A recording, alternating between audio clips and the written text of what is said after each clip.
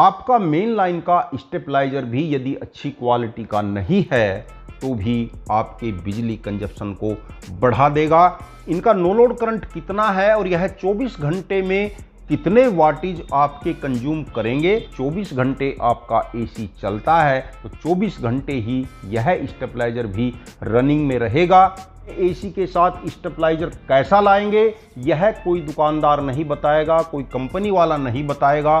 नमस्कार दोस्तों, मैं आपका दोस्त अरविंद। आज इस वीडियो के माध्यम से एसी के स्टेबलाइजर में क्या क्या फीचर्स होने चाहिए और कौन सा स्टेबलाइजर आपके घर के लिए सूटेबल बैठेगा।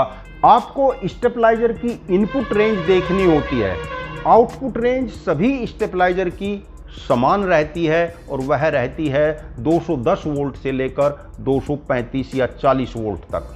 यह तो निश्चित है दोस्तों कि एसी के लिए 1 टन का एसी हो या 1.5 टन का एसी हो और या 2 टन का एसी हो, इन सभी के लिए 4 किलोवाट का स्टेबलाइजर आपको चाहिएगा। सपोज करिए कि आपके यहाँ कम से कम 170 वोल्ट रहती हैं और ज़्यादा से ज़्यादा 250 वोल्ट रहती हैं, तब दोस्तों आपको 150 वोल्ट से 280 वोल्ट की रेंज वाला स्टेबलाइजर सूटेबल रहेगा। ये जो स्टेबलाइजर आप देख रहे हैं ये 150 से 280 वाला स्टेबलाइजर है और यह जो स्टेबलाइजर मेरे पास है यह 130 से 280 वोल्ट की रेंज का स्टेबलाइजर है। इसका अपना नो लोड करंट ज़्यादा है और इस स्टेबलाइजर का अपना नो लोड करंट कम है। अतः जहां आवश्यकता नहीं है कम वोल्ट के रेंज के स्टेबलाइजर की, वहां पर कम वोल्ट रेंज का स्टेबलाइजर नहीं लगाना चाहिए। 24 घंटे आपका एसी चलता है तो 24 घंटे ही यह स्टेबलाइजर भी रनिंग में रहेगा, जिससे आपकी बिजली का कंजप्शन भी ज़्यादा होगा।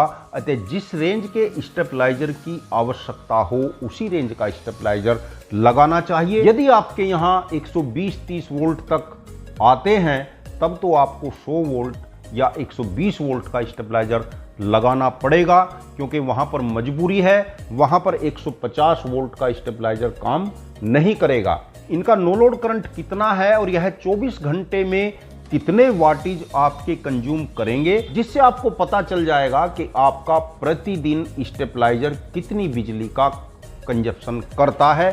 दोस्तों, आप मेरे हाथ में यह एक छोटा सा स्टेबलाइजर देख रहे होंगे, यह एक वी गार्ड का स्टेबलाइजर है।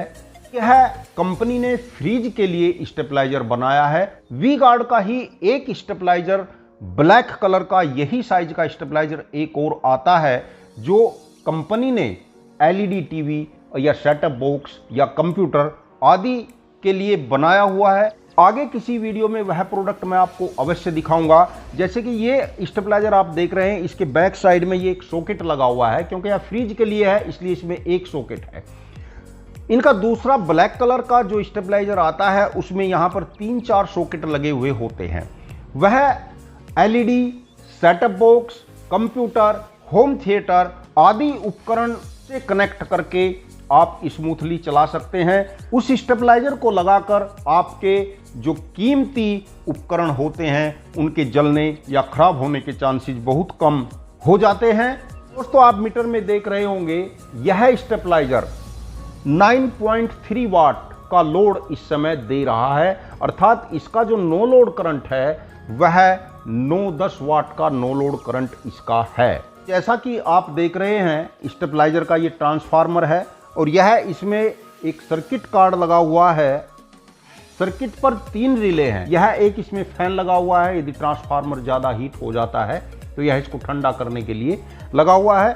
दोस्तों, यह ट्रांसफार्मर का जो साइज मैं देख रहा हूं 3 नंबर 2 इंची का यह ट्रांसफार्मर इसमें है और जो इसकी बाइंडिंग है यह एल्युमिनियम बाइंडिंग है, इसमें कॉपर बाइंडिंग नहीं है। और दोस्तों, इसकी कीमत की यदि बात करें तकरीबन 3000 रुपये के आसपास इसकी मार्केट में कीमत चल रही है। जिन स्थानों पर 160 वोल्ट से 250 वोल्ट तक की सप्लाई है वहां के लिए यह स्टेबलाइजर अच्छा है। दोस्तों, यह स्टेबलाइजर मैंने मेन बोर्ड से कनेक्ट कर दिया है और यदि मीटर में आप देख पा रहे होंगे तो इस स्टेबलाइजर का नो लोड करंट आप देख रहे हैं कि 22-23 वाट के आसपास है आपका एसी चले या ना चले, यह स्टेबलाइजर लगातार 24 घंटे 22 वाट का लोड या 23-25 वाट तक का लोड आपकी लाइन पर देता रहेगा। और दोस्तों, जब 24 घंटे यह स्टेबलाइजर चलेगा तो आप सोच सकते हैं कि कितना वाट और कितनी बिजली यह कंज्यूम करेगा। अतः यदि आवश्यकता है तभी ये लगाएं, और यदि वोल्ट आपकी नॉर्मल रहती है, 200 वोल्ट रहती है, तब भी आप स्टेबलाइजर लगा लेते हैं। स्टेबलाइजर लगा लेना चाहिए सेफ्टी के लिए। बेशक आपके पास इन्वर्टर एसी भी है, तब भी आपको सेफ्टी के लिए स्टेबलाइजर लगा लेना चाहिए। कुछ दुकानदार या कुछ कंपनी वाले बता देते हैं कि इन्वर्टर एसी के अंदर ही स्टेबलाइजर लगा हुआ होता है, ऐसा नहीं है। इन्वर्टर टेक्नोलॉजी का जो एसी होता है उसमें एसएमपीएस कार्ड लगा होता है, लेकिन दोस्तों यदि बिजली के फ्लक्चुएशन से एसएमपीएस कार्ड में ही फॉल्ट आ जाए तो एसएमपीएस कार्ड को डलवाने की कीमत 5 से 10 हजार रुपए तक की आती है। इन्वर्टर एसी की सेफ्टी के लिए भी स्टेबलाइजर लगा लेना चाहिए, परंतु ज्यादा कम रेंज जैसे 100 वोल्ट या 130 वोल्ट रेंज का स्टेबलाइजर ना लगाएं। ऐसे स्थानों पर आप 150 से 280 या 180 से 280 रेंज वाला स्टेबलाइजर लगा लीजिए। उन स्टेबलाइजर के नो लोड करंट कम रहते हैं। जैसे आपने देखा था कि 150 वोल्ट रेंज वाले स्टेबलाइजर का नो लोड करंट 10 वाट था। यदि आप 180 से 280 रेंज का स्टेबलाइजर लेंगे तो उसका नो लोड करंट 5 वाट रहेगा। ये आपने 130 से 280 रेंज का स्टेबलाइजर देखा जिसका नो लोड करंट आपने 23-24 वाट देखा है। और यदि आप इससे नीचे रेंज के चले जाएंगे, जैसे कि 100 वोल्ट से 280 वोल्ट वाला स्टेबलाइजर आप लाएंगे तो उसका नो लोड करंट रहेगा 40 से 50 वाट। तो इसलिए मेरा आपसे यही सजेशन है कि अपनी आवश्यकता के अनुसार पहले अपने घर की इनपुट वोल्ट को चेक कराएं कि कम से कम कितनी बिजली आती है, फिर उसी रेंज का स्टेबलाइजर आपको लेकर आना चाहिए। आंतरिक संरचना इसकी भी देख लेते हैं। तो इस स्टेबलाइजर को भी हमने ओपन कर दिया है और आप इसमें देख रहे हैं कि ये इसका ट्रांसफार्मर है और यह एक सर्किट है। सर्किट में 3 रिले लगी हुई हैं, अर्थात 3 स्टेप में यह स्टेबलाइजर है।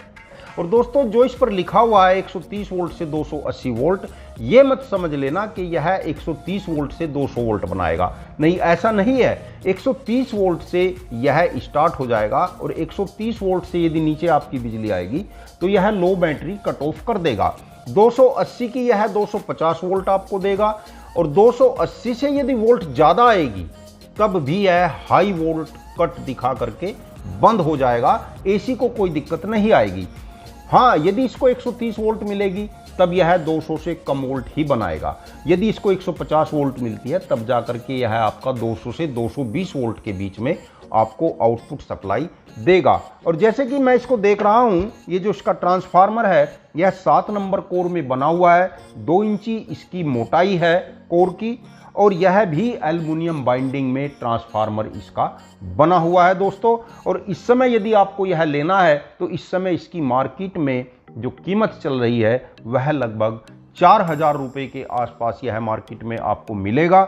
इसका भी लिंक मैंने डिस्क्रिप्शन में दे दिया है। और एक स्टेबलाइजर इससे भी बड़ा आता है 100 वोल्ट से 280 वोल्ट जिसकी रेंज है, जहां जिन स्थानों पर 120 से 130 वोल्ट तक डाउन चली जाती है उनको 100 वोल्ट वाला स्टेबलाइजर लगाना चाहिए। दोस्तों, एसी के साथ स्टेबलाइजर लगाना भी मजबूरी है। मैं आपको ये नहीं कह रहा हूं कि इनके नो लोड करंट ज़्यादा है, आपका बिजली कंजप्शन ज़्यादा होगा इसलिए आप स्टेबलाइजर ना लगाएं, ऐसा मैं नहीं कह रहा हूं। मैं आपसे यह कह रहा हूं कि जैसे भी स्टेबलाइजर की आवश्यकता हो ऐसा स्टेबलाइजर एसी पर लगाएं, परंतु लगाएं जरूर, जिससे कि एसी की सेफ्टी होगी। आप 30-40 हजार रुपए का एसी लेकर आते हैं और स्टेबलाइजर ना लगाएं तो एसी का रिस्क बढ़ जाता है और कूलिंग भी आपको प्रॉपर नहीं मिल पाएगी। दोस्तों, आप यह एक छोटा सा बड़ा ही कॉम्पैक्ट डिजाइन देख रहे होंगे।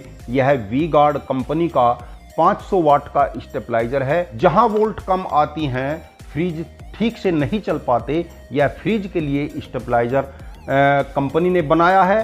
2 एम्पियर तक लोड उठाने की कैपेसिटी है और इसकी इनपुट वोल्ट रेंज है 130 से 280, अर्थात 130 वोल्ट से 280 वोल्ट तक यह कार्य करेगा। आप देख रहे हैं इसका लोड, तो यह है 3.8 वाट, अर्थात इस स्टेबलाइजर का जो नो लोड करंट है वह 3.8 वाट है। और दोस्तों आप देख रहे होंगे इसकी आंतरिक संरचना बड़ा ही अच्छा अंदर से देखने में लग रहा है। एक इसमें सॉकेट लगा हुआ है, एक ये छोटा सा ट्रांसफार्मर है और ट्रांसफार्मर की बाइंडिंग इसकी कॉपर में है। एक ये छोटा सा सर्किट है, इसमें यदि देख रहे होंगे तो 3 रिले आपको दिखाई दे रही होंगी। 3 स्टेप में यह स्टेबलाइजर है और छोटी रिले हैं, माइक्रो रिले हैं।